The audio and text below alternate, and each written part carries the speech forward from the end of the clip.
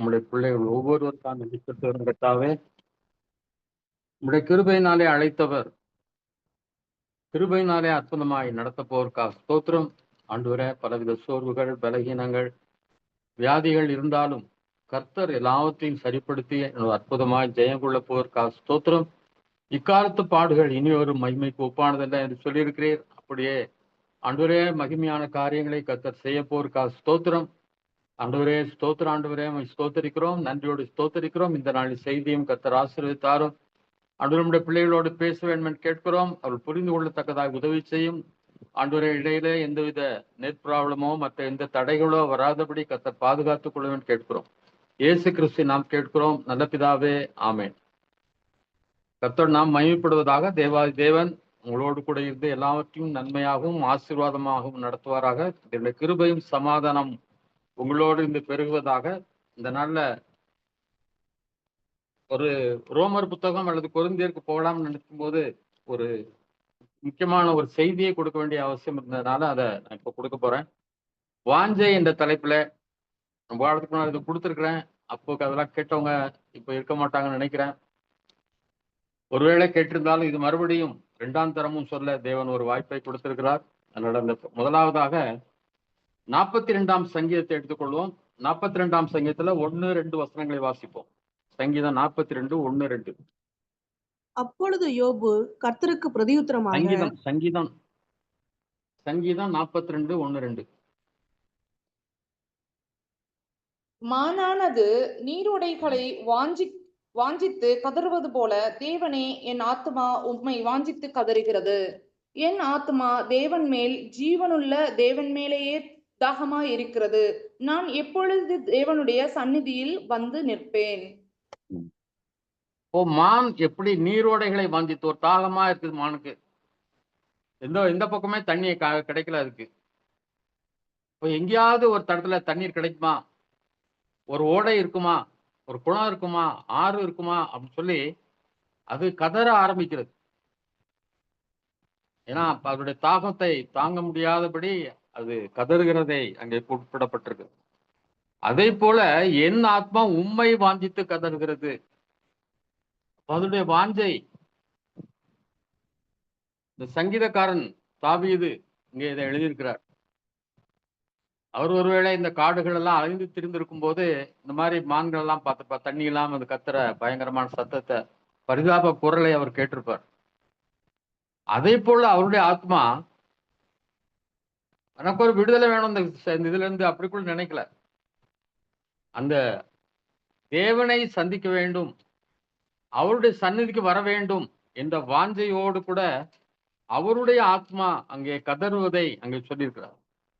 என் ஆத்மா தேவன் மேல், ஜீவனுள்ள தேவன் மேலேயே தாகமா இருக்கிறது. தாகம்லாம் யாரு? தேவாதி தேவன். அவருடைய சந்நிதிக்கு நான் எப்போ வருவேன், எப்போ எனக்கு நேரம் கிடைக்கும்? ஏன்னா அவர் ஒரு அரசன். இது எப்போ எழுதினார் நமக்கு தெரியல சரியா. ஒருவேளை அரசனாக இருக்கும்போது எழுதினாரா அல்லது காடுகள் அலைந்து திரும்போ எழுதினாரா தெரியல. எப்போ அந்த சன்னதிக்கு என்னால வர முடியும், எப்போ வந்து அவருக்கு முன்னால் நிற்பேன் என்ற அந்த ஒரு வாஞ்சையை அங்க பாக்குறோம். மிக மிக முக்கியமான ஒரு வாஞ்சை நமக்கு அவர் மேலதான் வாஞ்சை இருக்கணும். ஒரு ஒரு சம்பவத்தை சொல்வார். ஒரு ராஜா தன்னுடைய குதிரையில மேல கீழே இறங்கும் போது அதுல இருந்து ஒரு நகைப்பெட்டி அப்படியே கீழே விழுந்துச்சான். அதுல இருந்து பல தங்க நாணயங்கள், இன்னும் முத்துக்கள், வைரம், இப்படிப்பட்டதெல்லாம் செதறி போச்சுதான். எல்லாரும் ஓடி போய் என்ன செய்தாங்க, ஒவ்வொருத்தரா அந்த போர் வீரர்லாம் எடுக்க ஆரம்பிச்சாங்க. எடுத்துக்கொள்ளுங்கன்னு விட்டாராம். ஆனா ஒரு போர் வீரர் மட்டும் இவர் பக்கத்துல நின்றுட்டு இருந்தாங்க. அவன் எதையுமே எடுக்கலையாம்.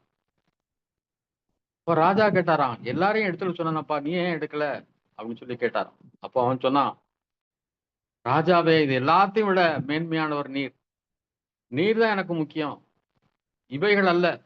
இந்த தங்க நாணயங்களோ அல்லது ரத்தினங்களோ முத்துக்களோ பவளங்களோ எனக்கு முக்கியம் கிடையாது. நீர் மட்டும் எனக்கு போதும், நீர் தான் எனக்கு முக்கியம் அப்படின்னு சொல்லி இருந்தாலும் ராஜா அவனை உயர்ந்த பதவிக்கு எடுத்து வைத்தாராம். அவர் தான் முக்கியம். இந்த உலகத்துல எத்தனையோ தேவைகள் இருக்கலாம், குறைவுகள் இருக்கலாம், எத்தனையோ தேவைகள் நம்முடைய சூழ்ந்து இருக்கலாம். அதெல்லாம் நம்ம ஒழுக்கி விட்டு எப்போ அவருடைய சந்நிதிக்கு வருவோம், எப்போ அவரை சந்திப்போம், எப்போ அவரோட பேசுவோம். ஒருவேளை புதிதா திருமணம் பண்ணவங்களாம் எப்போ நேரம் கிடைக்கும், எல்லாரும் வீட்டுல இருக்கிறாங்க, தனியா பேச முடியல. ஆனா எப்போ தனியா ஒரு இடத்துல வெளியே எங்கேயாவது போய் ஒரு இடத்துல பேசணும், ஒரு பீச்சிலேயோ ஒரு பார்க்லயோ எங்கேயாவது வந்து பேச முடியுமான்னு தான் துடிப்பான். அப்படிப்பட்ட ஒரு தாகம் இவருக்கு. மணவாட்டியாகிய சபை எப்போ இயேசு கிறிஸ்துவை சந்திக்கலாம், எப்போ அவருடைய சந்நிதியில நம்ம உட்கார முடியும் அப்படிங்கிற ஒரு தாகம் நமக்கு ரொம்ப ரொம்ப அவசியம்.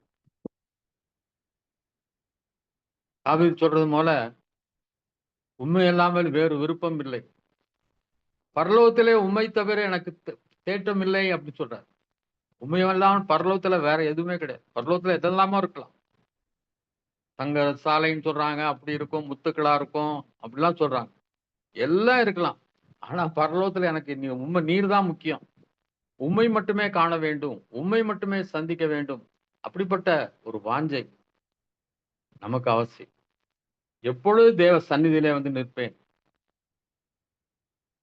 ஒருவேளை ஜெபம் பண்ணவே முடியல, அன்றைக்கு காலையில உட்கார முடியல அப்படின்னு சொன்னா வெறும் வெறுமையான வாழ்க்கையா நமக்கு தெரியணும்.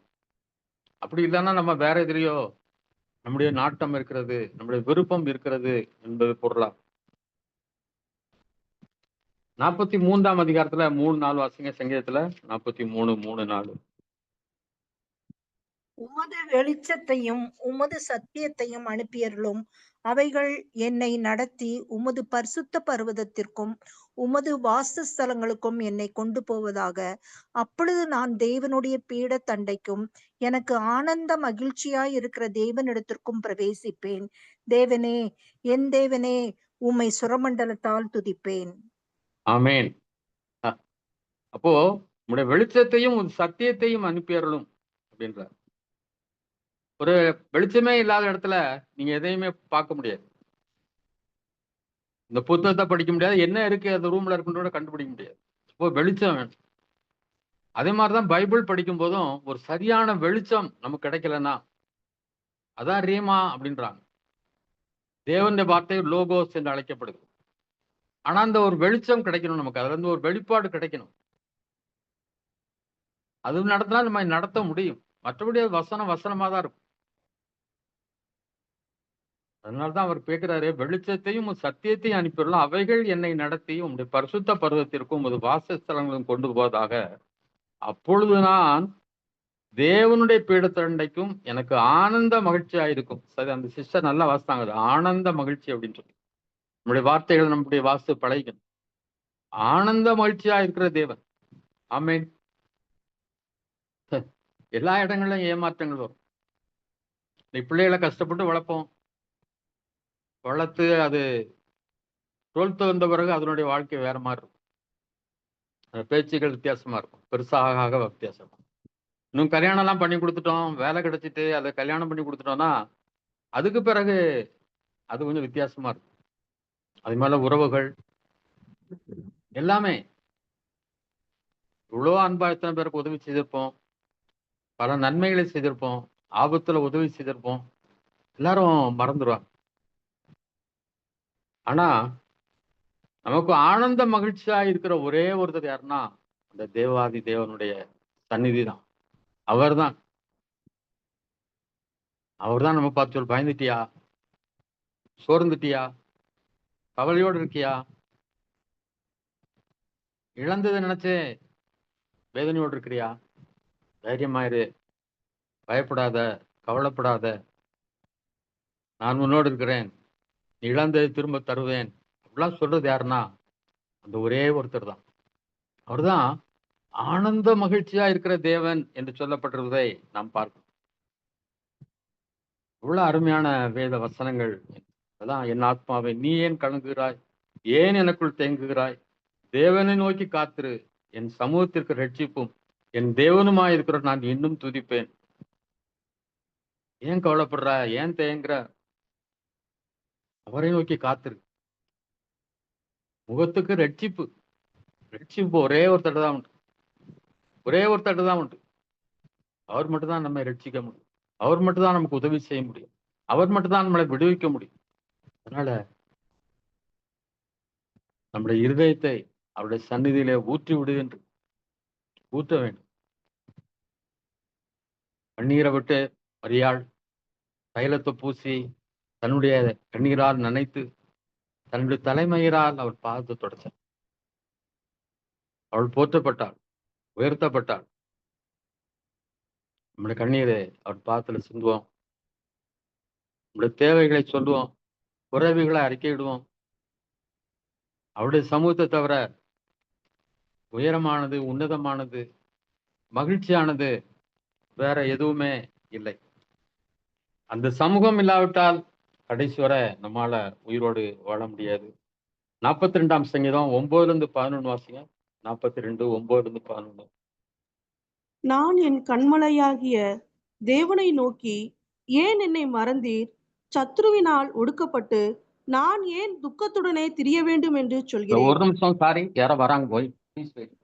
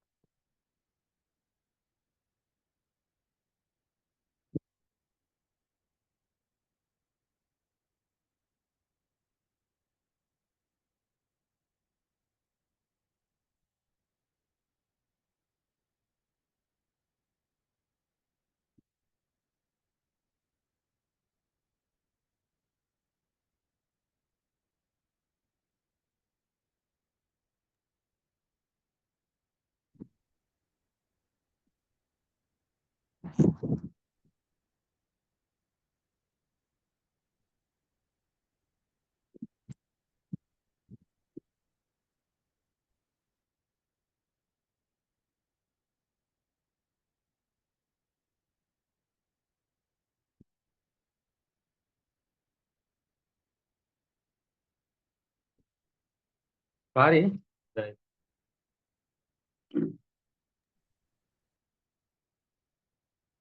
நான் கண்மலையாகிய தேவனை நோக்கி, நீர் என்னை ஏன் மறந்தீர்? சத்துருவினால் ஒடுக்கப்பட்ட நான் என் துக்கத்துடனே திரிய வேண்டும் என்று சொல்கிறேன். உன் தேவன் எங்கே என்று என் சத்துருக்கள் நாள்தோறும் என்னோட சொல்லி என்னை நிந்திப்பது என் எலும்புகளை உருவ குத்துகிறது போல் இருக்கிறது. என் ஆத்மாவே, நீ ஏன் கலங்குகிறாய்? ஏன் எனக்குள் தேங்குகிறாய்? தேவனை நோக்கி காத்திரு, என் முகத்திற்கு ரட்சிப்பும் என் தேவனுமாய் இருக்கிறவரை நான் இன்னும் துதிப்பேன். அப்படி ஒருவேளை கடவுள் கடவுள்னு அலையிறீங்களே, ஒண்ணும் நடக்குங்க, இன்னும் எந்த மாற்றமும் இல்லையே என்று சொல்லி ஒருவேளை சொல்லலாம். ஆனாலும் அவர் என்றைக்கும் நம்ம கூட தான் இருக்கிறாரு. இன்னும் அதிகமா அவரை தேடும்படி, இன்னும் அவருடைய சமூகத்துல உட்காரும்படி தேவன் விரும்புகிறார். நான் ஒரு பைக் எனக்கு ரொம்ப பழையதாயிட்டதே, மாத்தணுங்கிறதுக்காக ஒரு நாள் ஜோம் பண்ணிட்டு இருந்தேன். அன்றைக்கு என்னவோ திடீர்னு எனக்கு எந்த வண்டி வாங்குறதுங்கிறது ஆண்டவர் எனக்கு கொஞ்சம் ஸ்ட்ராங்கா என்னுடைய மனசுல வச்சிருந்தாரு. அதனால தைரியமா நான் புறப்பட்டு போயிட்டேன். என்கிட்ட பணம் கிடையாது, ஆனாலும் பார்த்துக்கலாம், ஒருவேளை என்னோட பென்ஷன் வர்றதுனால பேங்க்ல லோன் போட்டுக்கலாம் அப்படின்னு சொல்லி நினைச்சிட்டு, பல்லது வேற ஏதாவது பண்ணிக்கலாம் அப்படின்னு சொல்லிட்டு நான் போயிட்டேன். போய் எல்லாம் பண்ணிட்டு, என்னுடைய மகன் அன்றைக்கு அம்மா தூங்கிட்டு இருக்க நேரம், ஏன்னா நைட்டு ஷிஃப்ட் போயிருந்தான்.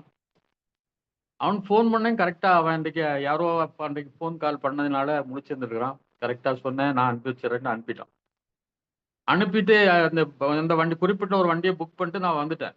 வந்த பிறகு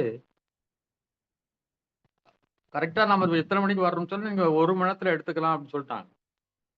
ஆனா திரும்ப திடீர்னு ஃபோன் பண்ணி, நீங்க கேட்ட வண்டி கிடைக்காது, உங்களுக்கு வச்சிருந்தோம், அதை யாரோ இன்னொரு கஸ்டமர் வந்து எப்படி நீங்க கொடுக்கலாம், நான் அந்த வரேன்னு சொல்லிட்டு அங்க போயிட்டு அவங்ககிட்ட அதிகமா சத்தம் போட ஆரம்பிச்சிட்டேன். உட்காருங்க உட்காருங்க, நாங்க உட்காரவே இல்லை. எப்படி நீங்க நாங்க பணம் கட்டினவர் இல்லைன்னு சொல்லலாம், 1 வாரம் ஆகும்னு சொல்றீங்களே அப்படின்னு ரொம்ப சத்தம் போட்டேன். அதுக்கு பிறகு மேனேஜர் வந்து இன்னொரு வண்டி அதோட கொஞ்சம் விலை கூட, அதே கலர், நான் கேட்ட கலரை கொடுத்தாரு. ஒரு சாயந்தரமும் 4 மணிக்கு வர சொன்னாங்க, ஆனா வரவே இல்லை. 5 மணி ஆச்சு, 5:15 ஆச்சு, வரல. அப்பவும் எனக்கு ரொம்ப கோவத்துல அவங்களோட பேசிட்டு இருந்தேன். எல்லாம் அப்புறம் கடைசியில வண்டியெல்லாம் எடுத்துட்டு வந்துட்டேன். அடுத்த நாள் கடவுள் ஒன்றும் பேசல. அடுத்த நாள் பேசினாரு, நீ ஜெபம் பண்ணவே இல்லையே, ஜெபம் பண்ணிட்டே போகலையே அப்படின்னு சொல்லி. இப்போ எல்லா பிரச்சனையும் காரணம் என்னன்னா, அவருடைய சந்நிதியில உட்கார்றதுதான். எல்லாம் பண்ணிடலாம், எல்லாம் முடிச்சிடலாம், அப்படின்னு சொல்லி எல்லாத்துல அப்படியே நான் போனதுனால அன்னைக்கு எல்லார் மத்தியும் ரொம்ப கோவப்பட வேண்டிய ஒரு அவசியம் வந்து. அதனால ஆண்டவருடைய சமூகத்துல நம்ம உட்கார வேண்டியது மிக மிக அவசியமாய் காணப்படும். இரண்டாவதாக சங்கீதம் 119 131 வாசிங்க. சங்கீதம் 119 131. உம்முடைய கற்பனைகளை நான் வாஞ்சிக்கிறபடியால் என் வாயை ஆவென்று திறந்து அவைகளுக்கு ஏங்குகிறேன். பாருங்க, அவர் கட்டளைகளை வாஞ்சிக்கிறபடியால், உம்முடைய கற்பனைகளை நான் வாஞ்சிக்கிறபடியால் என் வாயை ஆவென்று திறந்து அவைகளுக்கு ஏங்குகிறேன். ஒரு நல்ல உணவு இருக்கு, ரெடியா இருக்கு. ஆனா யாரோ வந்து பேசிட்டு இருக்கிறாங்க, போட்டு எல்லாம் வச்சு ரெடி பண்ணி வச்சாச்சு சாப்பாடு, நமக்கு பிடிச்ச உணவு அது. ஆனா அந்த நம்ம என்ன பண்றோம், அங்க நேரத்துல யாரோ வந்து பேசிட்டு இருக்காங்க, வந்து ரொம்ப நேரமா பேசிட்டே இருக்காங்க. அப்போ நம்ம எப்படா இந்த ஆள் போவோம், எப்போ சாப்பிட போலாம் அப்படின்னு இப்படி ஏங்கும். அளவு பார்சல் வந்திருக்கு, அந்த பார்சலை ஓபன் பண்ண போற இடத்துல யாரோ வந்துட்டாங்க. ஓ, என்ன பார்சல் நமக்கு தெரியாது, அது திறந்து பார்க்கணும் வாஞ்சி இருந்துச்சுன்னா அந்த நேரத்துல இவங்க எப்போ போவாங்க, எப்போ திறக்கலாம் அப்படின்னு அந்த மாதிரி ஒரு வாஞ்சை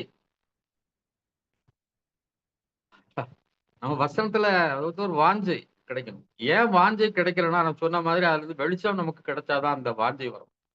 மற்றபடி சாதாரணமா நான் அன்றைக்கு ஒரு சங்கீதம் வாசித்தேன், ஒரு நீதிமொழிகள் வாசித்தேன். அந்த ஒரு சிஸ்டர் அன்னைக்கு சொன்னாங்க, ஒரு வருஷத்துக்குள்ள பைபிளை முடிக்கணுங்கிறதுக்காக எல்லாம் கொடுக்கப்பட்டிருக்குது. அதெல்லாம் ரொம்ப நல்ல பழக்கம் தான், அது ஒரு வருஷத்துல முடிக்கிறது. ஆனா அதையும் நம்ம கடமையா வாசிட்டு போற மாதிரி ஆயிடக்கூடாது. அப்போ அதுல இருந்து நமக்கு ஒரு லைட் கிடைக்கணும், ஒரு ஏக்கத்தோட எப்படியாவது இதுல இருந்து நமக்கு ஏதாவது கிடைக்கணும் இல்லையா? அழகான மாம்பழம் வாங்கிட்டு வரோம். இப்பெல்லாம் மாம்பழம், டேஸ்டான மாம்பழத்தெல்லாம் கிடைக்க ரொம்ப கஷ்டம். பாக்குறதுக்கெல்லாம் அழகா இருக்கும். இப்போ உள்ள மாம்பழத்துல மனமும் கிடையாது, சுவையும் கிடையாது. ஆசையா வாங்கிட்டு வந்து கட் பண்ணி சாப்பிட்டா அது இப்படியே இருக்கும். அப்படி இல்லை, நமக்கு அதுல இருந்து ஏதாவது ஒரு சாறு கிடைக்கணும். கரும்பை புழிஞ்சு சாறு எடுத்து சாப்பிட்டா எப்படி இருக்கும், அதே போல அந்த இதுல இருந்து அதுக்கு ஒரு ஏக்கத்தோடு ஒரு வாஞ்சியோடு கூட அந்த வேதத்தை படிக்கணும். அது மேல ஆண்டவரே இன்றைக்கு எப்படியாவது எனக்கு ஒரு சத்தியத்தை வெளிப்படுத்தாரோ, ஒரு கிரியை வெளிப்படுத்தாருன்னு சொல்லி அப்படிப்பட்ட ஒரு வாஞ்சியோடு கூட நம்ம படிக்கணும். ஆபத்து ஏங்குறார், வாஞ்சிக்கிறபடியாக என் வாயை ஆவென்று திறந்து அவைகளுக்கு ஏங்குகிறேன். அப்படி ஒரு வாஞ்சியோடு கூட ஒரு ஏக்கத்தோட நம்ம வேத வசனத்தை நம்ம படிக்க ஆரம்பிக்கணும். நீங்க படித்து வர முறைகளுக்காக கர்த்தருக்கு நன்றி செலுத்துகிறேன். ஆனா அப்படிப்பட்ட ஒரு வாஞ்சி நமக்கு கிடைக்கட்டும். அப்பதான் நீங்க அதுல இருந்து நல்ல ஒரு இதை நமக்கு கிடைக்க முடியும். ஆண்டவர் சொன்னாரு, மீன் பிடி, வாயை திறந்து பாரு, அங்க ஒரு வெள்ளி காசு இருக்கும். ஓ, எவ்வளவு வாஞ்சியோட இருக்குமா இல்லையா, பிடிச்சு பார்ப்போம் மீனை, பிடிச்சிருப்பார். ஆனா அந்த வெள்ளி காசை பார்த்த பிறகு அவருக்கு எவ்வளவு ஒரு பெரிய சந்தோஷம் உண்டாயிருக்கு. ஆமென். அதே போல ஒரு இது கிடைக்கணும் உள்ள இருந்து, இந்த வசனத்துல இருந்து. மற்றபடி சாதாரணமா வசனத்தை வாசிச்சுட்டு போய் தானியேல் புத்தகம் வாசித்தோம், அதுல 2 பேர் சொல்ல, ஒரு ஆட்டு வெள்ளாட்டு கடான்னு போட்டுருந்துச்சு, 2 கொம்புள்ள ஆடுன்னு போட்டுருந்துச்சு. ஏதோ வாசிட்டு போயிரும். ஆனா அதுக்கு பதில் அங்கேயே இருக்கு, அந்த அதிகாரத்துல சில வசனங்களுக்கு அங்கேயே பதில் இருக்கும். அந்த நமக்கு தெரியாது, புரியாம இருக்கலாம், இது என்னன்னு புரியலையேன்னு சொல்லி. அதுக்கு முன்னாலேயோ அதுக்கு பின்னாலேயோ அதுக்கு பதில் இருக்கும். இதுலயே போட்டிருக்கு. ஒண்ணு வந்து மேதி அரசுன்னு ஒண்ணு, அடுத்தது வெள்ளாட்டு கிடாங்கிறது கிரேக்க அரசுன்னு சொல்லி. அதான் கிரேக்க அரசன் அலெக்சாண்டரை பற்றி அது சொல்லப்பட்டிருக்கு. 4 கொம்புகள் போச்சு அப்படின்ற, 4 கொம்புகள் 4 திசைக்கு போச்சுன்னா பிறகு அவன் இறந்த பிறகு 4 அவனுடைய படைத்தளபதிகள் 4 பேரா பிரிந்து எனக்கு 4 படங்களா ஆட்சி புரிஞ்சாங்க. இதெல்லாம் பைபிள்ல அப்பவே சொல்லப்பட்டிருக்கு. இப்போ நமக்கு அந்த காரியங்கள்லாம் தெரிஞ்சாதான் கொஞ்சம் இன்ட்ரெஸ்ட் இருக்கு. அல்லது ஏதோ இருக்கிறது அப்படிங்கிற போகாதபடி ஒரு வாஞ்சையோடு படிக்க ஆரம்பிங்க. எப்படியாவது இருந்து ஒரு சத்தியம் கிடைக்கணும், எனக்கு ஒரு வெளிச்சம் கிடைக்கணும் என்று ஒரு வாஞ்சையோடு ஒரு ஏக்கத்தோட படிக்க ஆரம்பிச்சீங்கன்னா அது உங்களுக்கு நிச்சயமா ஆசீர்வாதமா இருக்கும்னு சொல்லி நான் நம்புகிறேன். அதே 119 97 வசனம் வாசிங்க. 119 97. உமது வேதத்தில் நான் எவ்வளவு பிரியமா இருக்கிறேன், நாள் முழுவதும் அது என் தியானம். உமது வேதத்தில் நான் எவ்வளவு பிரியமாயிருக்கிறேன், நாள் முழுவதும் அது என் தியானம். நான் எவ்வளவு பிரியமா இருக்கிறேன்னு சொல்றாரு பாருங்க. எவ்வளவு பிரியமா இருக்கிறேன். இன்னைக்கு ரொம்ப வேலை, அதனால பைபிள் படிக்கல. இன்னைக்கு ரொம்ப கவலை, பிரச்சனை, அதனால பைபிள் படிக்கல. அப்படிலாம் விடக்கூடாது.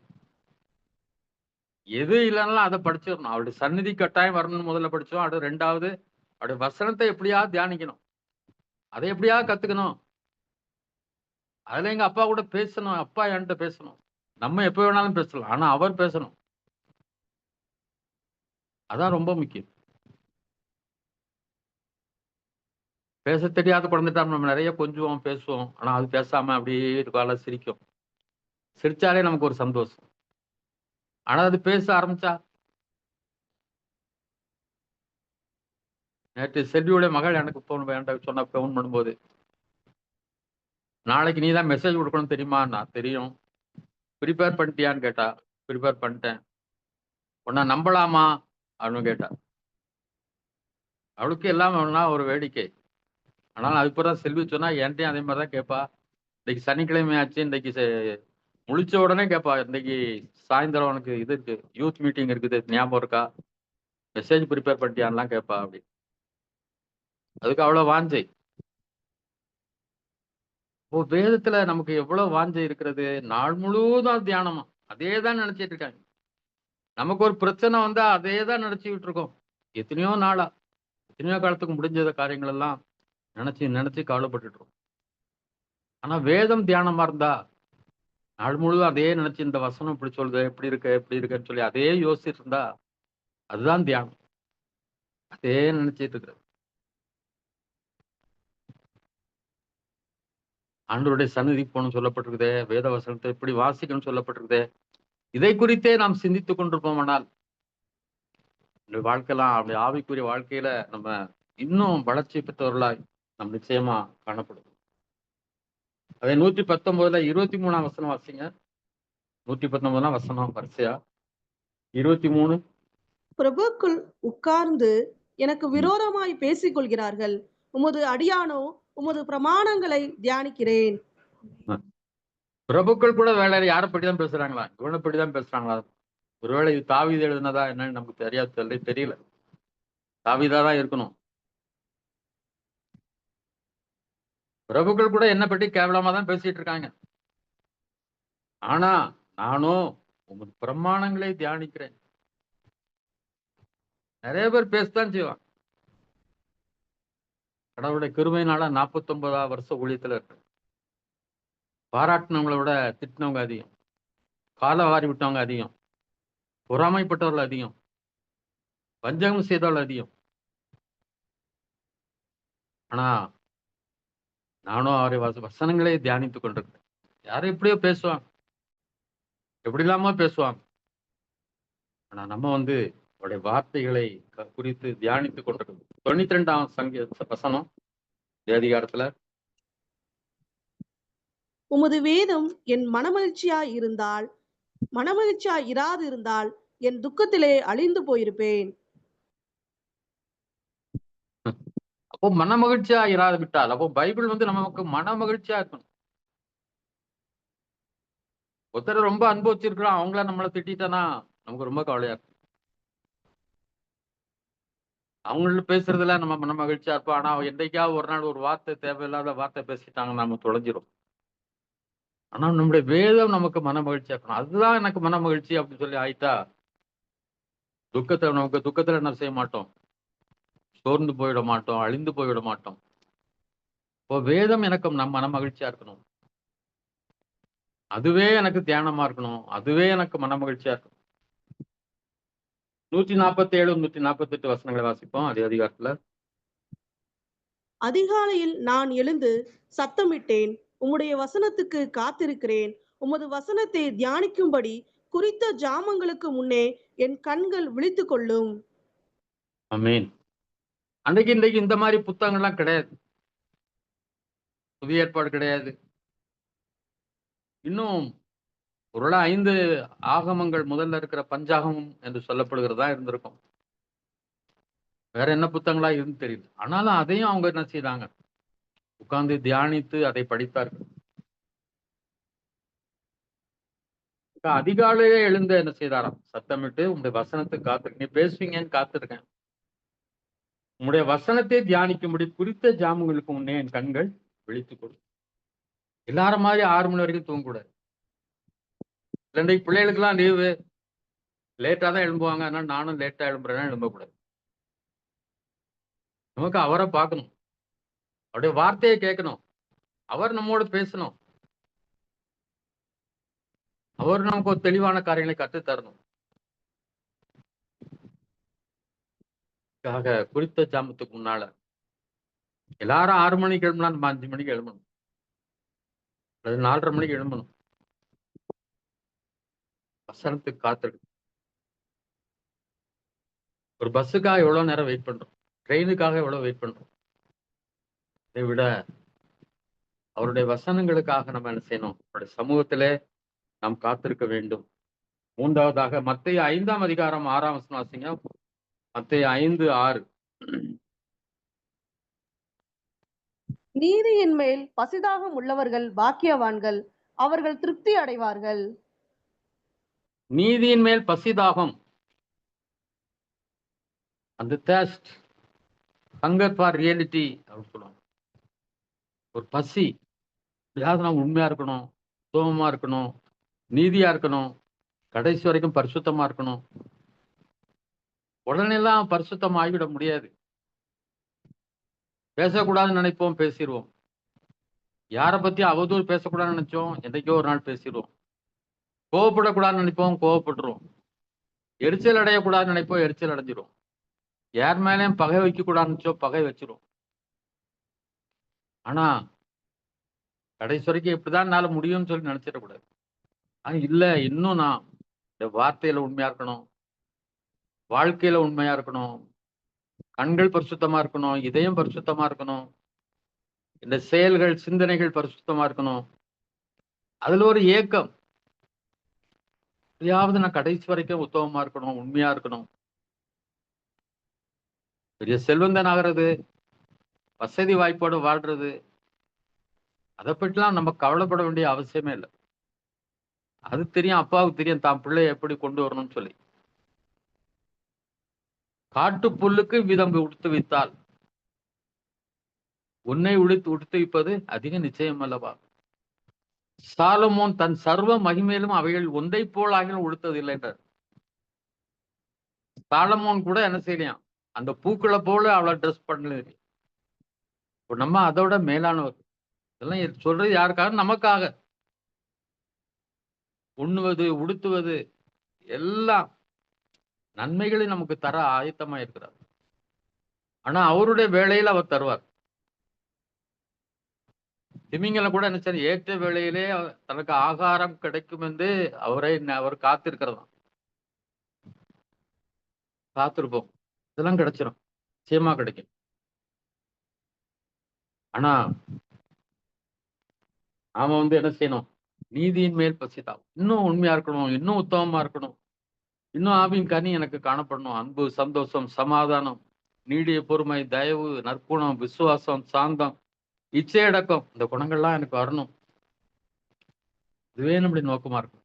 எபிரேயர் 1:9 வாசிங்க. எபிரேயர் 1:9.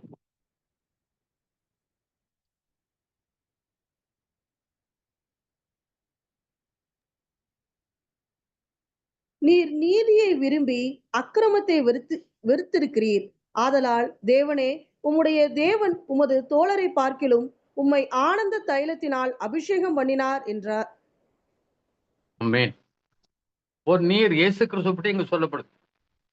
நீர் நீதியை விரும்பி அக்கிரமத்தை வெறுத்திருக்கிறீர். இப்போ எதெல்லாம் பாவம், எதெல்லாம் தவறு, எதெல்லாம் அநீதி நமக்கு தெரியுதோ அதெல்லாம் என்ன பண்ணணும், வெறுக்கணும். எது உண்மைகளோ, உத்தமமுள்ளவைகள் இவைகளோ, நீதி உள்ளவைகளோ, கற்புள்ளவைகள் இவைகளோ, இவைகளையே சிந்தித்துக் கொண்டிருங்களான்னு சொல்லப்படும்.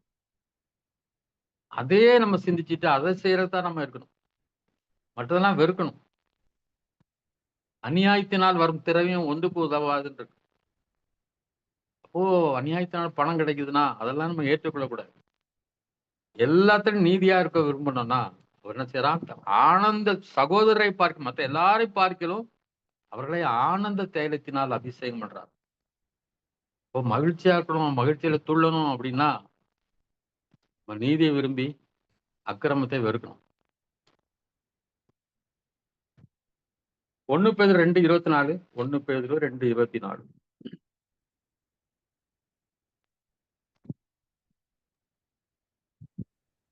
நாம் பாவங்களுக்கு செத்து நீதிக்கு பிழைத்திருக்கும்படி அவர்தாமே தமது சரீரத்திலே நம்முடைய பாவங்களை சிலுவையின் மேல் சுமந்தார், அவருடைய தழும்புகளால் குணமானீர்கள்.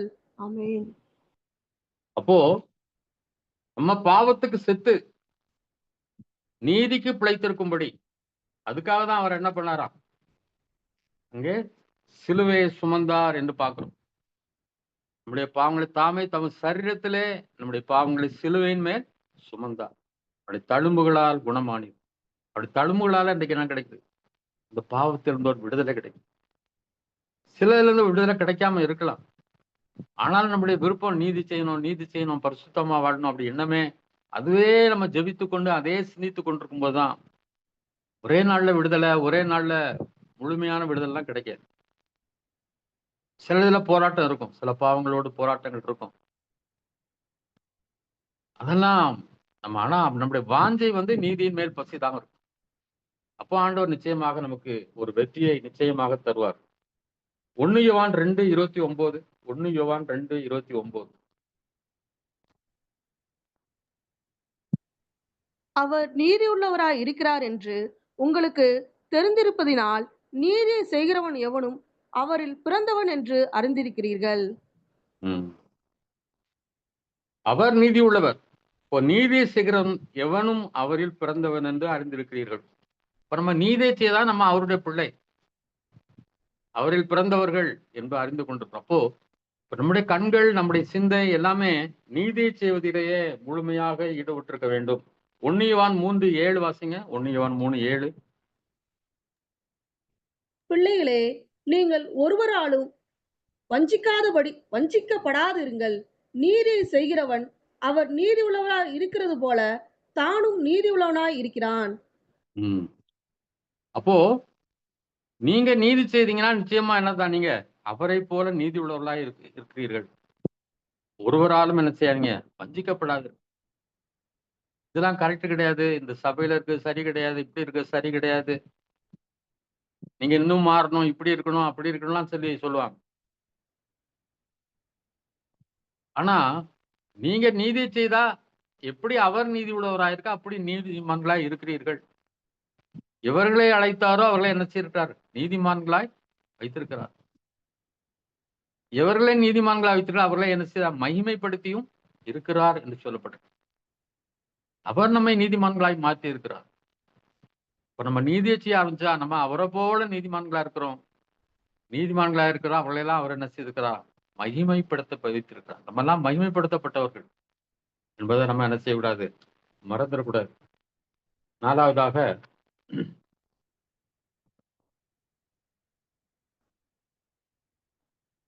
ரோமர் 10ஆம் அதிகாரம் 1ஆம் வசனம் வாசிங்க. ரோமர் 10:1.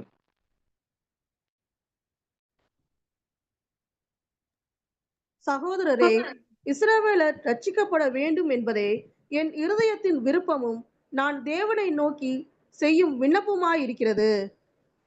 இவருடைய விருப்பம் அல்லது தாகம் அல்லது வாஞ்சை என்னன்னு சொன்னா இஸ்ரவேலர் ரட்சிக்கப்பட வேண்டும் என்பது. இப்போ நம்முடைய விருப்பம் என்ன இருக்கணும்? இந்தியா ரட்சிக்கப்பட வேண்டும் என் விருப்பமும் என்னுடைய விண்ணப்பமுமா இருக்கிறது. விருப்பம் செய்யணும், நம்ம விண்ணப்பமும் என்ன செய்யணும்? பண்ணணும்.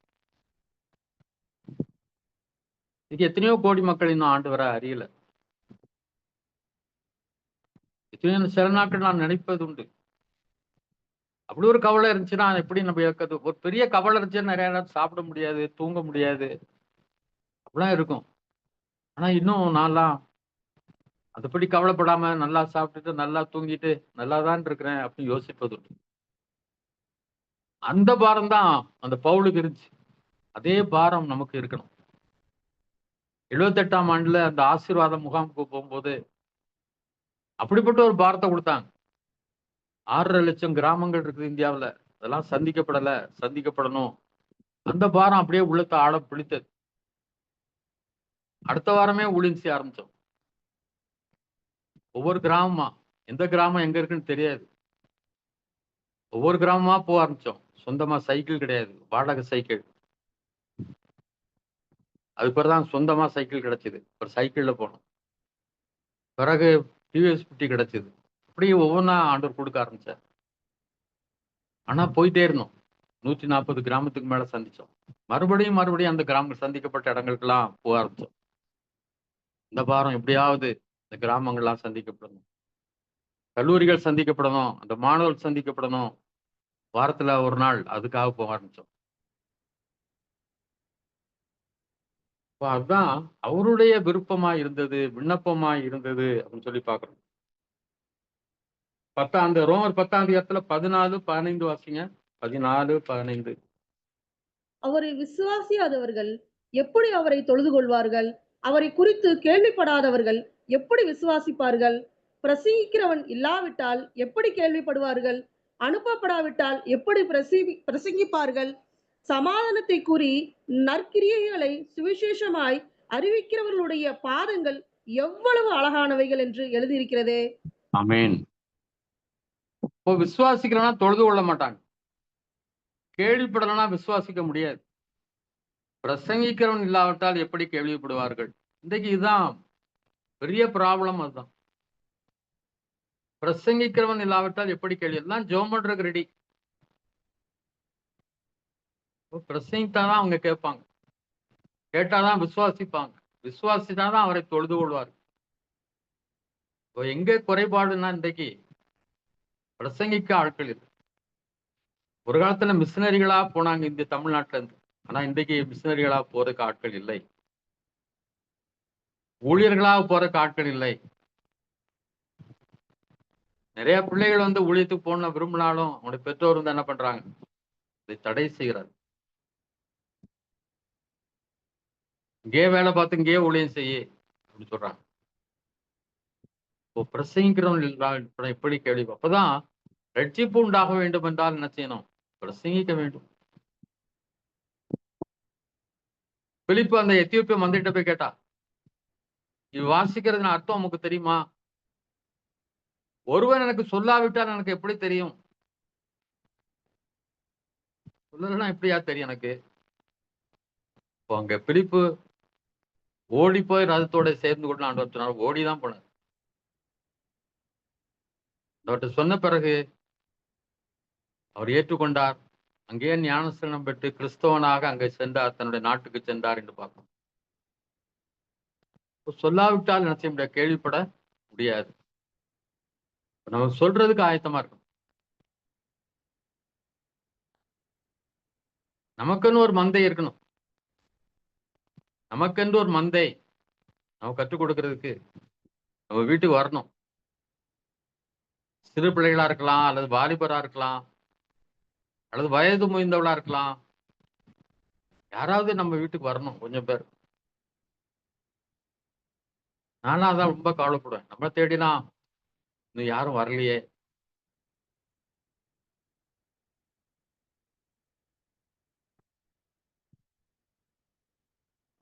1 தீமோத்தேயு 2ஆம் அதிகாரம் 1-4 வாசிங்க.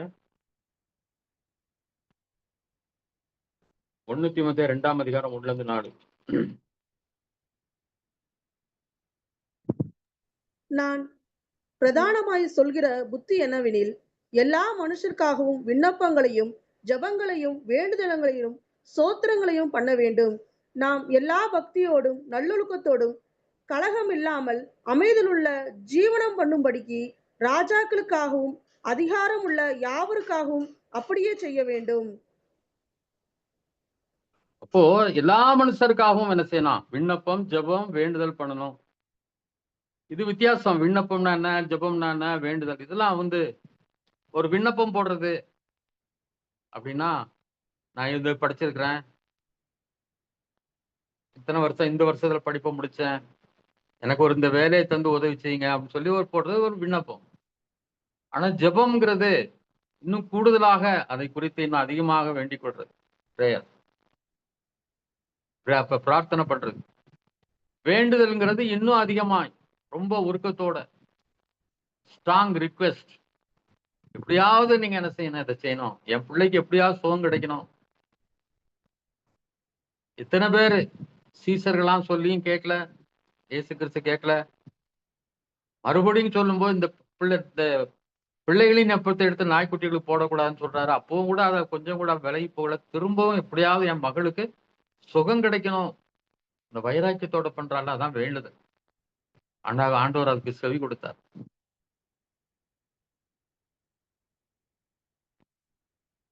கேட்கறது,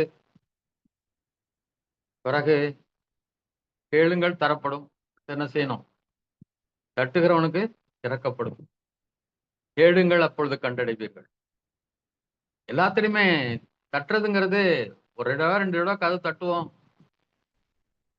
இன்னும் தட்டி பார்ப்போம், திறக்கலன்னா போயிடுவோம். ஆனா தேடுறதுங்கிறது அப்படி இல்லை, கிடைக்கிற வரைக்கும் தேடுறது இல்லையா? என் மனைவி ஒருத்தனுடைய மோதிரத்தை எங்கேயோ வச்சுட்டா, இன்னும் தேடிட்டே தான் இருக்கும், இன்னும் கிடைக்கல, கிடைக்கிற வரைக்கும் தேடிட்டு தான் இருக்கும்.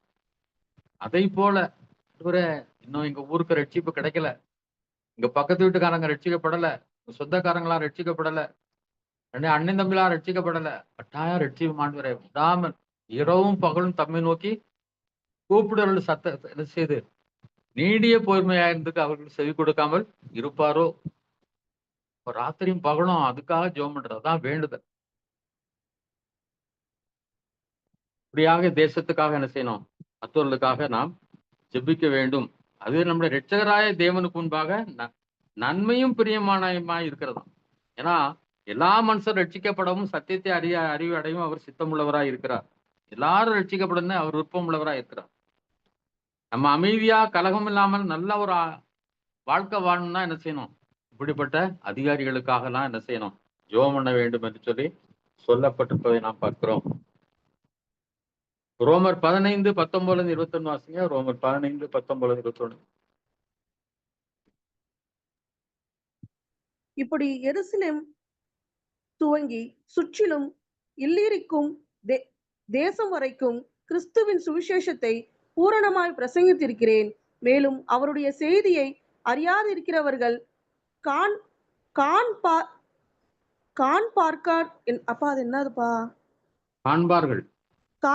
என்று கேள்விப்படாதிருந்தவர்கள் உணர்ந்துள்ளவர்கள் என்று எழுதியிருக்கிறபடியே நான் மற்றொருனுடைய அஸ்திபாரத்தின் மேல் கட்டாதபடிக்கு கிறிஸ்துவனுடைய நாமம் சொல்லப்பட்டிராத இடங்களில் சுவிசேஷத்தை அறிவிக்கும்படி நாடுகிறேன்.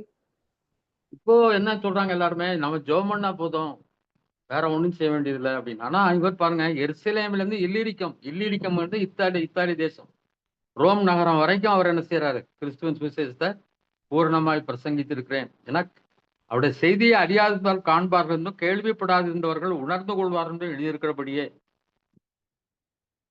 அறியாதிருந்தவர்கள் காண்பார்கள், கேள்விப்படாதவர்கள் உணர்ந்து கொள்வார்கள் என்று எழுதியிருக்கிறது. அதனால எல்லா இடத்துலையும் சொல்லப்படாத இடங்கள்ல எல்லாம் நான் என்ன செய்யறேன், சொல்றேன் அப்படின்றார்.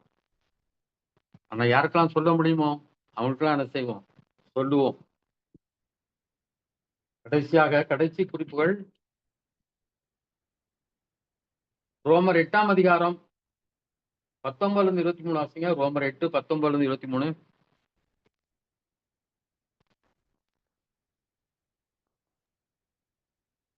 மேலும் தேவனுடைய புத்திரர் வெளிப்படுவதற்கு சிருஷ்டியானது மிகுந்த ஆவலோடே காத்து கொண்டிருக்கிறது.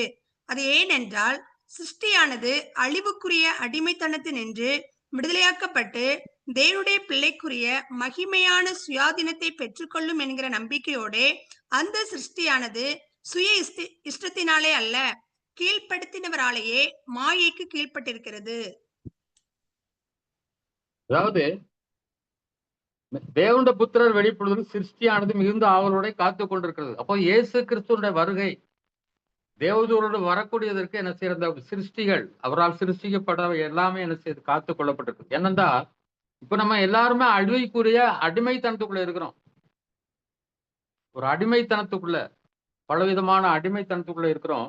ஆனா இதுல இருந்தெல்லாம் விடுதலையாகி மகிமையான சுயாதீனத்தை பெற்றுக்கொள்கிற என்ற நம்பிக்கையோட பிள்ளைகளுக்குரிய மகிமையான சுயாதீனம். பிள்ளை என்ற சுயாதீனம் இப்ப இருந்தாலும் முழுமையான விடுதலை, முழுமையான சுயாதீனம் கிடையாது. என்றைக்கு அங்க அவருடைய பிள்ளையாக அவருடைய ராஜ்யத்துக்கு போறோமோ அன்றைக்கு தான் முழுமையான சுயாதீனம் கிடைக்கும். 22 பாத்தீங்கன்னா, ஆகையால் நமக்கு தெரிந்திருக்கபடி இதுவரைக்கும் சர்வ சிருஷ்டியும் ஏகமாய் தவித்து பிரசவ வேதனைப்படுகிறது. எவ்வளவு அதிகமா சம்பாதிச்சாலும் சரி, சம்பாதிக்காவிட்டாலும், வியாதி இருந்தாலும் வியாதி இல்லாமல் இருந்தாலும், பலவித பிரச்சனையினால அது என்ன செய்யலாம், தவித்து பிரசவ வேதனைப்படுற மாதிரி வேதனை ஒவ்வொரு மனிதனும் ஒவ்வொரு மனுஷியும் பட்டு கொண்டு அந்த உலகத்துல இருக்கிறான். அதுவும் அல்லாமல் ஆவியின் முதற் பலன்களை பெற்ற நாமும் கூட நம்முடைய சரீர மீட்பாகிய புத்திர சுகாரம் வருவதற்கு காத்திருந்து நமக்குள்ளே தவிக்கிறோம். ஒருவேளை நமக்கு அந்த தவிப்புலாம் தெரியல, ஆனாலும் பாத்தீங்கன்னா நீங்க யார் எடுத்தாலும் நான் முழு மன சந்தோஷத்தோடு, முழு சமாதானத்தோடு, முழு விடுதலையோடு இருக்குன்னு சொல்ல முடியாது. ஏன்னா அந்த புத்திர சுவிகாரம், சரீர மீட்பாகிய புத்திர சுவிகாரம்ங்கிறது நம்முடைய சரீரம் ஒரு நாள் என்ன செய்யப்படும், இந்த பூமியில இருந்து மீட்கப்பட்டு பரலோகத்துக்கு அந்த வானத்தின் நடுவுக்கு என்ன செய்ய போகிறது, நடுவானத்துல ஆண்டவரை சந்திக்க போகிறது. அதுதான் சரீர மீட்பு என்று சொல்லப்படும், ரகசிய வருகை என்று சொல்லப்படுது. அதுல நம்ம சரீரம் என்ன செய்யப்படுது, இந்த பூமியிலிருந்து ஒரு நாள் நம்ம என்ன செய்யப்படும், எடுத்துக்கொள்ளப்பட போகிறோம். அதுதான் சரீர மீட்பு. அன்றைக்கு தான் நமக்கு முழுமையான விடுதலை என்ன செய்யும், நமக்கு கிடைக்கும். 2 கொரிந்தியர் 5ஆம் அதிகாரம் 1-2 வசனங்கள் வாசிங்க. 2 கொரிந்தியர். பூமிக்குரிய கூடாரமாகிய நம்முடைய வீடு அழிந்து போனாலும் தேவனால் கட்டப்பட்ட கைவேலை அல்லாத நித்திய வீடு பரலோகத்திலே நமக்கு உண்டென்று அறிந்திருக்கிறோம். ஏனெனில் இந்த கூடாரத்திலே நாம் தவித்து நம்முடைய பரம வாசஸ்தலத்தை தரித்து கொள்ள மிகவும் வாஞ்சை உள்ளவர்களா இருக்கிறோம். என்ன வாஞ்சை அப்படின்னா, இந்த கூடாரத்துல நம்ம தவிக்கிறோம். இந்த கூடாரம் என்பது நம்முடைய சரீரத்துல இருக்கிறது அல்லது இந்த பூமியில இருக்கிறது. இங்க நம்ம எப்படி இருக்கிறோம், பலவிதமாய் தவித்து கொண்டுதான் இருக்கிறோம். எனக்கு எந்த ப்ராப்ளமும் இல்லை பிரதர், எந்த ப்ராப்ளமும் இல்லை சிஸ்டர், நான் ரொம்ப நல்லா இருக்கேன், எந்த ஒரு கவலையும், எந்த ஒரு பிரச்சனையும், எந்த ஒரு அடிமைத்தனமும் இல்லாம முழு சுதந்திரத்தோட இருக்குன்னு யாரும் சொல்லவே முடியாது. ஏனென்றா இந்த கூடாரத்துல நமக்கு தவிப்பு உண்டு, பலவிதமான தவிப்புகள் உண்டு. ஆனா அங்க எங்க போனோம், இந்த பரம வாசஸ்தலத்தை தவித்து கொள்ள வாஞ்சி உள்ளவர்களாய் இருக்கிறோம். தொடர்ந்து நீங்க உள்ள வசனங்களை படிச்சு பாருங்க. 4ஆம் அதிகாரம் 17, 2 கொரிந்தியர் 4:17-18 வாசிங்க. மேலும் காணப்படுகிறவைகளை அல்ல, காணப்படாதவைகளை நோக்கி இருக்கிற நமக்கு அதி சீக்கிரத்தில் நீங்கும் லேசான நம்முடைய உபத்திரவம் மிகவும் அதிகமான நித்தியமை உண்டாகி இருக்கிறது. ஏனென்றால் காணப்படுகிறவைகள் அநித்தியமானவைகள், காணப்படாதவைகளோ நித்தியமானவைகள். ஆமென். காணப்படுகிறவர்களே அல்ல, காணப்படாதவர்களை நோக்கி இருக்கிற நமக்கு. காணப்படாதான் நம்ம நோக்கி இருக்கணும். இந்த உலகத்து ஐஸ்வர்யங்கள் அல்ல, உலகத்தின் மேன்மைகள் அல்ல, காணப்படாத நோக்கி நமக்கு அதி சீக்கிரத்தில் நீங்கும் லேசான நம்முடைய உபத்திரம். நம்முடைய உபத்திரம் இது அதி சீக்கிரத்தில் நீங்க போகுது. அது லேசான உபத்திரம். நீங்க ரொம்ப கடினமா உணர்ந்தாலும், இவ்வளவு பெரிய கஷ்டம் இருக்குதா, இவ்வளவு பெரிய உபத்திரம் இருக்குதா, இவ்வளவு பெரிய பிரச்சனை இருக்கு நீங்க நினைச்சாலும் அது என்ன சொல்லப்படுது, லேசான உபத்திரம். ஏன்னா அது அதிகமான நித்திய கன மகிமை நமக்கு உங்களுக்கு கொண்டு வர போகிறது. இப்போ தெரியாது, ராத்திரிலாம் தூங்காம முழிச்சிருந்து கஷ்டப்பட்டு படிப்பான். வீட்டுல ஒருவேளை காப்பியோ ஏதோ போட்டு வச்சிருப்பாங்க, தண்ணி வச்சிருப்பாங்க, அதை குடிச்சு எல்லாரும் தூங்கிக்கிட்டு இருக்கும்போது ஒரு பையன் கஷ்டப்பட்டு படிப்பான். அதனால ஒரு நாள் அவன் ஐஏஎஸ் பாஸ் பண்ணியிருப்பான், அல்லது ஐபிஎஸ் பாஸ் பண்ணியிருப்பான், அல்லது நீட்ல பாஸ் பண்ணியிருப்பான். அன்றைக்கு அவனுக்கு துள்ளி குதிப்பான். அன்றைக்கு ஒரு நாள் பட்ட பாடுக்கு எனக்கு ஒரு விடுதலை கிடைச்சு. அதே போல இந்த உலகத்துல நம்ம பாடுகிற பாடுகள் எல்லாம் விட்டு ஒரு நாள் அந்த நித்திய கன மகிமையை பெறப்போகுது. அன்றைக்கு நம்முடைய மகிழ்ச்சி எல்லை இல்லாதா இருக்கும், விவரிக்க முடியாதாக அது காணப்படும். ஏனெனில் காணப்படுகிறவர்கள் அநித்தியமானவைகள், காணப்படாதவைகளோ நித்தியமானவைகள். எபிரேயர் 11:9-10 வாசிங்க. எபிரேயர் 11:9-10.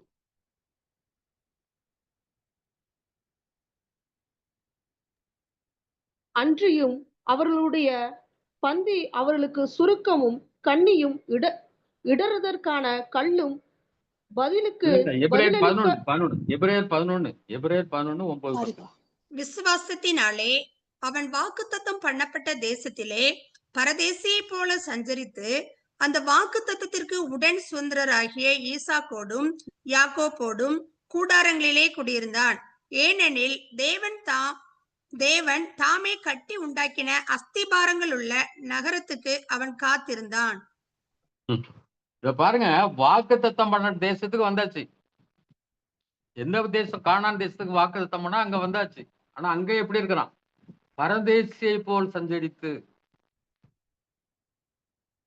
வாக்குத்தத்தம் பண்ணப்பட்ட தேசத்துல எப்படி இருக்கிறானா? பரதேசியை போல் சஞ்சரித்து அந்த வாக்குத்தத்திற்கு உடன் சுதந்திராய் ஈசாக்கோடும் யாக்கோபோடும் கூடாரங்களிலே குடியிருந்தான். ஏனெனில் தேவன் தாமே கட்டி உண்டாக்கின அஸ்திபாரம் உள்ள நகரத்திற்கு அவன் காத்திருந்தான். வந்துட்டோம் கானான்குள்ள அப்படின்னு இருக்குல்ல. ஏன்னா அவன் மேல என்ன செய்தாங்க, இதெல்லாம் அஸ்திபாரம் இல்லாத நகரமா, ஒரு நாள் இருக்கிறவங்களாம் இல்லாத மாதிரி போய்விடும் உலகத்துல இருக்கிறான். ஆனா அஸ்திபாரம் உள்ள ஒரே நகரம் பரலோகம் தான். அங்க போறது காத்திருந்தாராம். எவ்வளவு பெரிய ஆச்சரியமான ஒரு வசனம் என்று சொல்லி நம்ம அங்க பார்க்கணும்.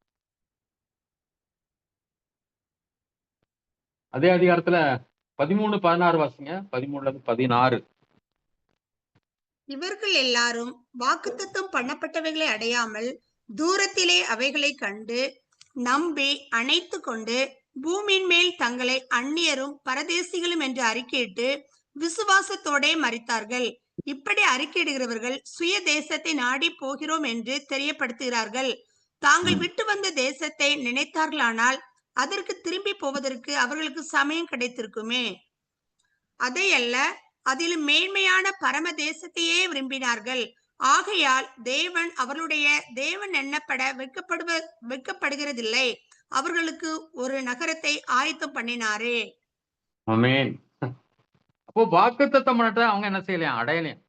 கானான் தேசத்துக்கு வந்து விட்டாலும் அவர்கள் வாக்குத்தத்தம் பண்ணப்பட்ட என்ன செய்யல? அடையல. முக்கியமா வாக்குத்தத்தம் பண்ணப்பட்டது இயேசு கிறிஸ்து தான். மிக மிக முக்கியமானவர். வாக்குத்தத்தத்துல மிக முக்கியமானவர் இயேசு கிறிஸ்து. அதான் அவங்க அடையல.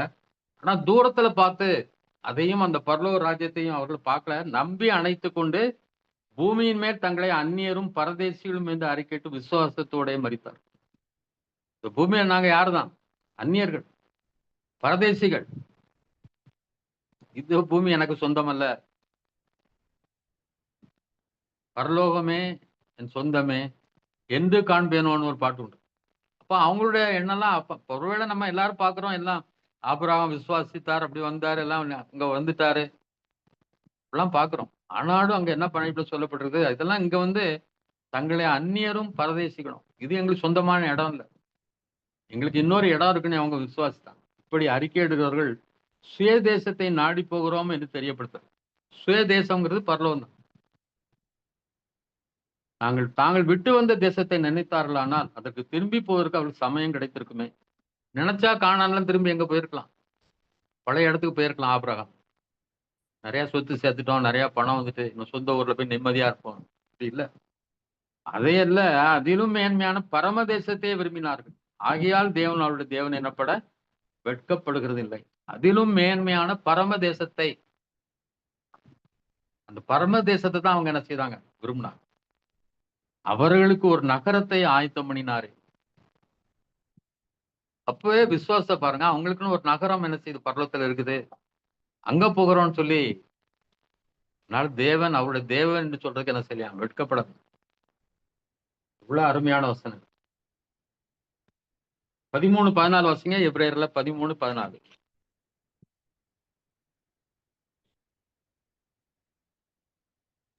நிலையான நகரம் நமக்கு இங்கே இல்லை, வரப்போகிறதே நாடி தேடுகிறோம். ஆமேன். நிலையான நகரம் நமக்கு இங்க இல்ல, எதுவும் நிலை இல்ல, வரப்போகிறதையே நாடி தேடுகிறோம். வரப்போகிற அந்த பரலோக ராஜ்யம், இந்த பரம தேசத்தையே நம்ம நாடி தேடுகிறோம், தேட வேண்டும். ஒரே ஒரு வசனத்தை வாசித்து முடிக்க போறோம். யோபு 19ஆம் அதிகாரம் 23-27. யோபு 19, 23-27.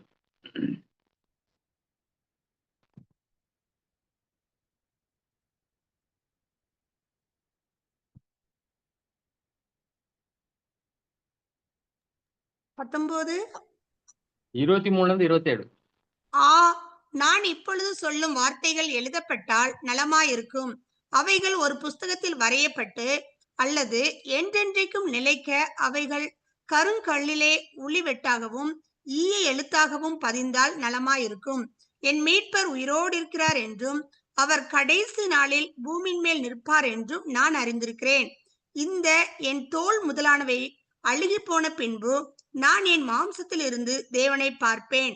அவரை நானே பார்ப்பேன். அந்நிய கண்கள் அல்ல, என் கண்களே அவரை காணும். இந்த வாஞ்சையால் என் உள்ளந்திரியங்கள் எனக்குள் சோர்ந்து போகிறது. ஆமேன். எவ்வளவு ஆச்சரியமான வசனம். இந்த வசனம்லாம் என்ன செய்யணுமா? கருங்கல்ல ஒளி வெட்டா வெட்டப்படணுமா, ஈய எழுத்தா பதிச்சிருக்கணுமா.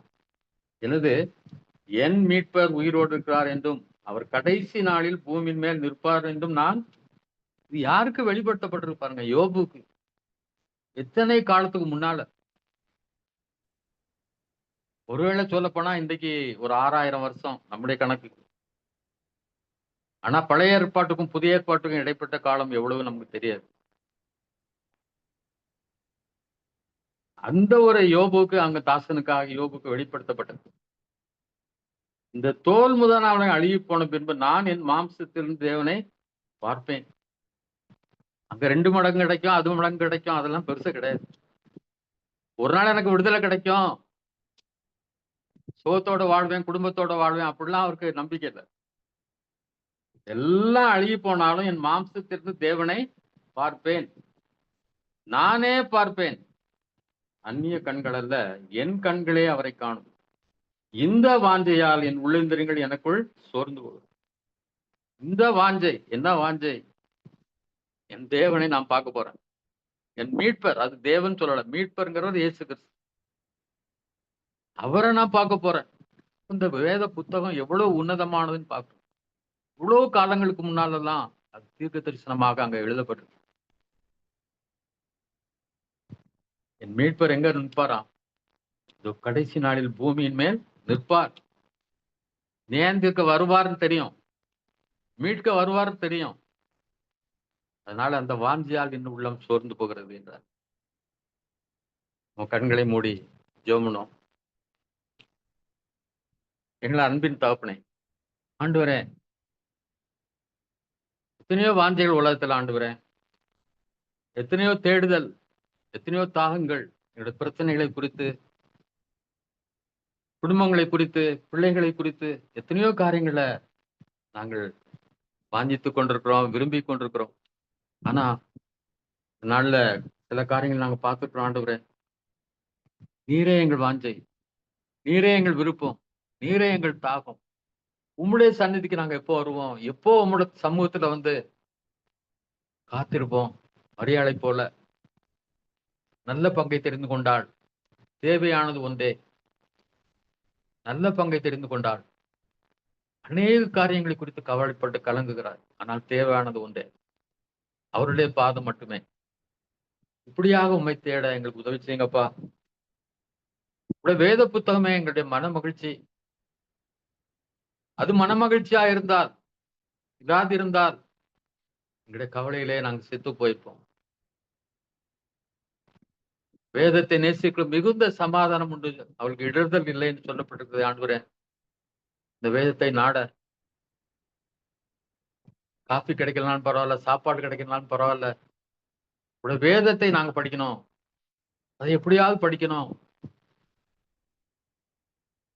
அந்த வாஞ்சியோடு நாங்கள் வேதத்தை வாசிக்க எங்களுக்கு உதவி செய்யும் ஆண்டவரே. நீதியின் மேல் பசிதாகம் உள்ளவர்கள் பாக்கியவான்கள் சொல்லப்படுது. உண்மையா இருக்கணும், உத்தமமா இருக்கணும், பரிசுத்தமா இருக்கணும், ஆவின் கனியால் நிறைந்திருக்கணும். அந்த வாஞ்சியால் நாங்கள் நிறைந்திருக்க உதவி செய்யும். மற்றவைகள் எல்லாத்தையும்,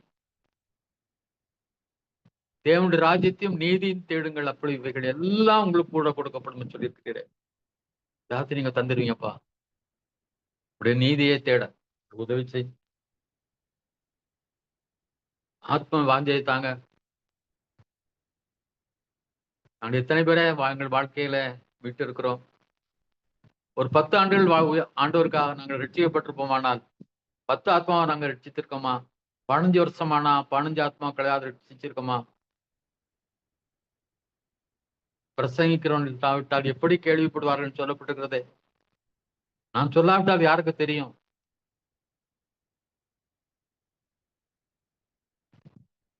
நான் சொல்லுகிறவனாக, செல்லுகிறவனாக, ஜெபிக்கிறவனாக இருக்க உதவி செய்யும். ஆண்டவரே, நீர் வரப்போகிறீர். ஒரு நாள் உங்களுடைய ராஜ்யத்துக்கு வரப்போகிறோம். எங்களுக்கென்று ஒரு நகரத்தை ஆயத்தம் பண்ணி வைத்திருக்கிறீர். ஒரு நாள் வந்து அழைத்து செல்வேன் என்று சொல்லியிருக்கிறீர். அந்த வாஞ்சியார் எங்கள் உள்ள நிரம்பியிருக்கும். உலகத்து பாடலாம் ஆண்டவரே, ஒரு நாள் மறைந்து போகும், மாறி போகும். லேசான உபத்திரம், அதிசீகரத்தின் லேசான உபத்திரம் ஒரு நித்திய கன மகிமையை கொண்டு வரப்போகிறது. இன்றைக்கு நாங்க படுகிற பாடுகளுக்கெல்லாம் ஒரு நாள் ஆசீர்வாதத்தை பெறப்போகிறோம், பலனை பெற்றுக்கொள்ளப் போகிறோம் ஆண்டவரே என்பதை நினைத்து கர்த்தாவே, நாங்கள் ஆண்டவரே கர்த்தாவே உங்களுடைய வருகையை எதிர்நோக்கி காத்திருக்க உதவி செய்வோம் ஆண்டவரே. புத்தி உள்ள கன்னிகளை போல அதற்கு நாங்கள் ஆயத்தம் பண்ணி கொண்டே இருக்க உதவி செய்யும். கிருபையாக வழி நடத்தும் ஆண்டவரே. இந்த பிள்ளைகளுக்காக நான் மிகவும் நன்றி செலுத்துகிறேன் ஆண்டவரே. உம்மை துதிக்கிறேன் ஆண்டவரே. வாஞ்சியோடு கூட ஆண்டவரே, ஒரு நாளும் வந்து உட்கார்றாங்களப்பா இப்படி சத்தத்தை கேட்கறதுக்கு. அதெல்லாம் ஆசீர்வதிங்க ஆண்டவரே. குடும்பத்தை ஆசீர்வதிங்க. எல்லா பிரச்சனைகளிலிருந்து விடுதலை தாங்க. சுகவீனத்திலிருந்து விடுதலை தாங்க ஆண்டவரே. பரிபூர்ண சுகத்தை கட்டிடுங்க ஆண்டவரே. ஒரு அற்புத சுகம் வரட்டும். பெரிய ஒரு சந்தோஷம், ஒரு பெரிய சமாதானம் உள்ள நிரம்பட்டும் ஆண்டவரே. யாரும் எடுத்துக்கொள்ள முடியாத ஒரு பெரிய சந்தோஷத்தையும் சமாதானத்தை அங்க தாங்க ஆண்டவரே.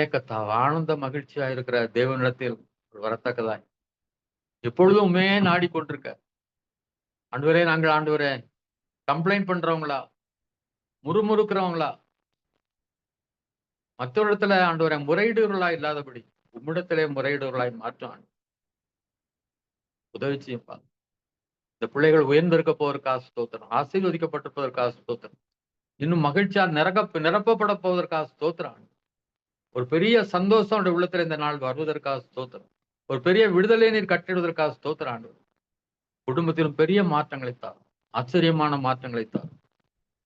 பூரண சமாதானத்திலாம் நிரப்பும் ஆண்டவர். என்னுடைய குடும்ப ஆண்டு சென்ற பிள்ளைகள் சமாதான தாவரங்களிலே குடியிருப்பார்கள் என்று சொல்லப்பட்டிருக்கு. தாவரங்களிலே வசிக்கும் இடங்களிலே சமாதானம் நிறைந்து காணப்பட்டிருக்கிறது. ஆசீர்வாதத்தினால் நிரப்பும், சந்தோஷம் சமாதானம் இருப்பும், கிருபையும் நன்மையும் தொடரட்டும் ஆண்டவர். இயேசு கிறிஸ்து நாம் கேட்கிறோம் நல்ல பிதாவே. ஆமேன், ஆமேன்.